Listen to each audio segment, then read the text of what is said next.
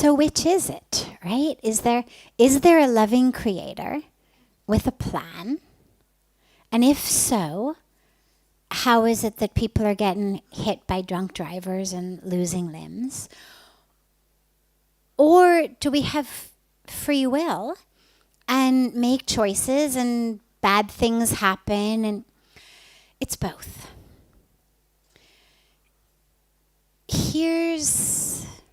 This is the stuff that many year-long courses are made of spiritual philosophy of karma, spiritual philosophy of reincarnation, spiritual philosophy. This is literally, people do advanced degrees in these subjects.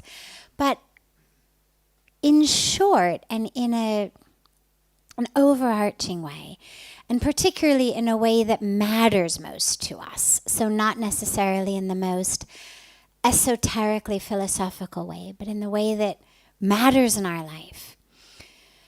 First, yes, there's absolutely a divine creator. For me personally, that the surety of that comes from 3 places.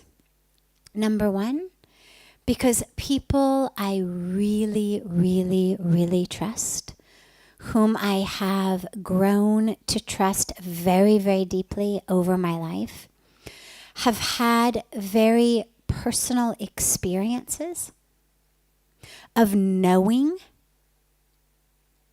whether it's past lives, whether it's direct connections of visions in this life of karma.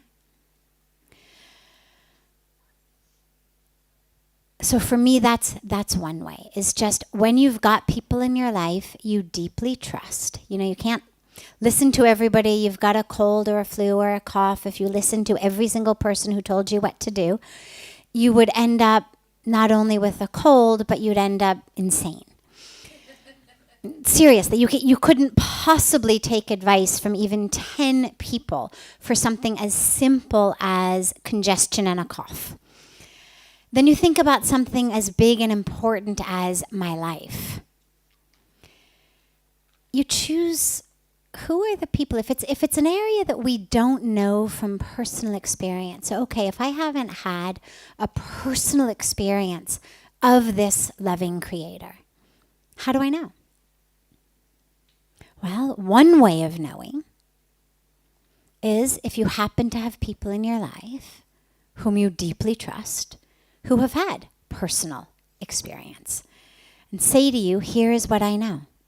It's the flip side of don't stick your finger in that socket. I've done that. I know what happens. If you trust the person, you're not going to stick your finger in the socket. For me, the second way of knowing is personal spiritual experience. I've had experiences of connecting to, being in the presence of the Creator. And it's an experience of nothing but love. So on a personal experience level, I've had that experience. And the third way that I know is science. Science is usually the greatest argument against a loving creator. But for me, having spent time in physics labs, in biology labs, in chemistry labs, where you know exactly what you're doing. The instructions are given to you exactly. You've got all of your tools in place. You've got all of the different elements that you're adding in, that you're titrating in. You've got your Bunsen burner. You turn it on. And despite knowing everything, despite thousands and thousands of years of probably unofficial study and at least hundreds of years of very official academic scientific study, we know what things are made of. We know how molecules bind together. But despite knowing all of that, we still can't create life in a lab. The very best the very best that our best top scientists have been able to do, sometimes in some labs a couple of times over the last decade, is clone. The best we can do is create something out, a mirror image, a Xerox copy.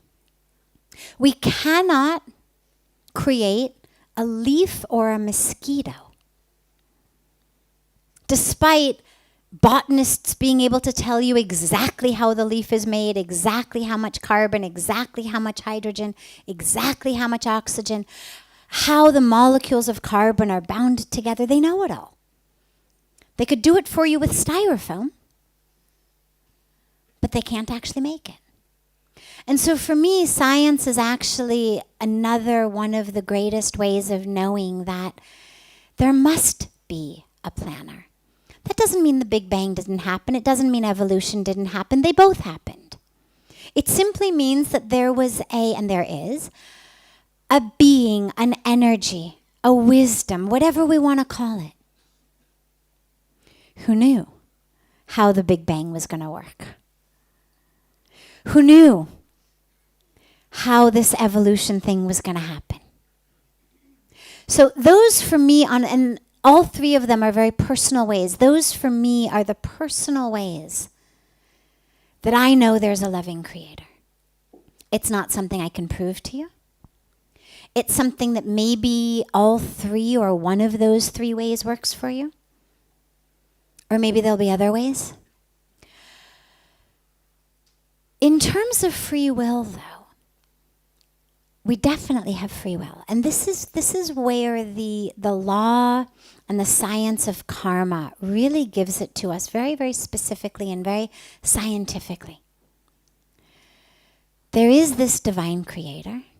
We've been created whole and complete and perfect and divine. We've been given a body. We've been given a circumstance, a situation in which that body takes birth. Out of which womb, in which hospital or which home or which alleyway, in which city and what type of family and what type of culture with what type of opportunities. That's what you call our karmic package. But what we do with that is free will. Now, of course, karma plays a role in it. How intelligent I am. The type of sanskaras or ethics or values I'm going to get from my family are going to dictate how I think about things, and therefore how I'm going to use my free will. So it's all interlinked and interlocked. It's not black or white. It's here is the divine plan, here's the creator, here's the law of karma, which is science. It's not God sitting up there, saying you've been good, you've been bad, here's your reward, here's your punishment. God has created the law of karma. Much like God has created the law of gravity. If you step off a building, you're going to plummet to the ground. Not because the creator isn't good, not because the creator's against you, not because you've been selected against in the love of God. But because along with creation, God has given us laws. One of them is gravity. If you use your free will to step off a building, you will plummet to the ground. The law of gravity is there. If you plant an apple seed, you're going to get an apple tree. Law of karma. Actions and reactions.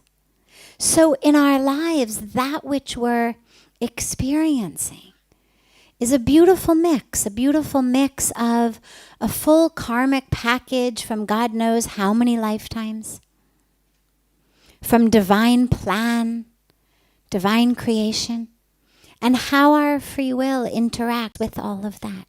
So right here, right now, we're all sitting here. We can't change that. You can't rewind your life and be drinking a cappuccino on the Champs-Élysées at this moment instead.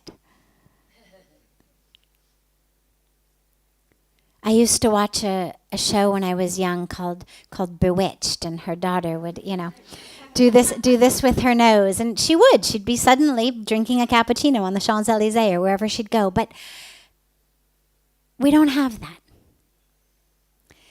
We're here right now.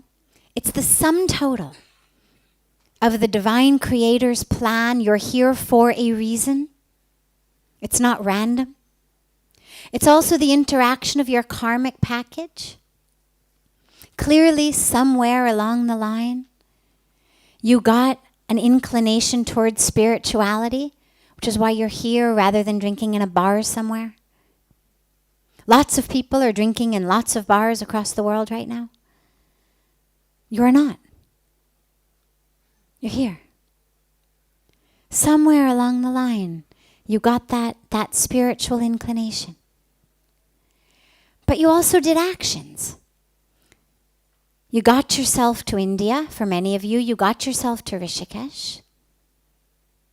If you were with us in Arti, you walked up the steps from Arti and came in. If you weren't in Arti, you found your way in. You've sat down. You've done the actions. The sum total of all of that is why you're here.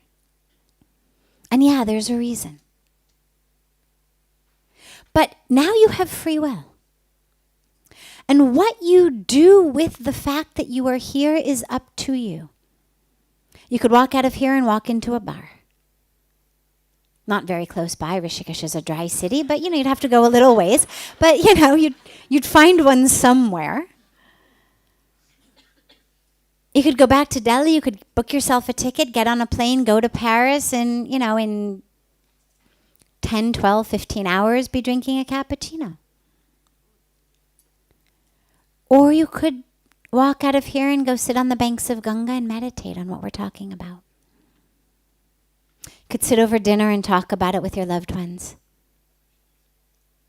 You could allow it to percolate in. You could decide to extend your stay in Rishikesh. Maybe you were supposed to, sightsee in a lot of places, but you've decided that being on the banks of Ganga is transforming you. That's your free will. But where you're going to be tomorrow and next week and next year is based on how you use your free will today. So that's not predetermined. Where you are right now, predetermined by that's what happened prior to this moment. Where you're going to be next week is being determined every minute and every moment by what you do right now. And that's where all of that intersects and interacts.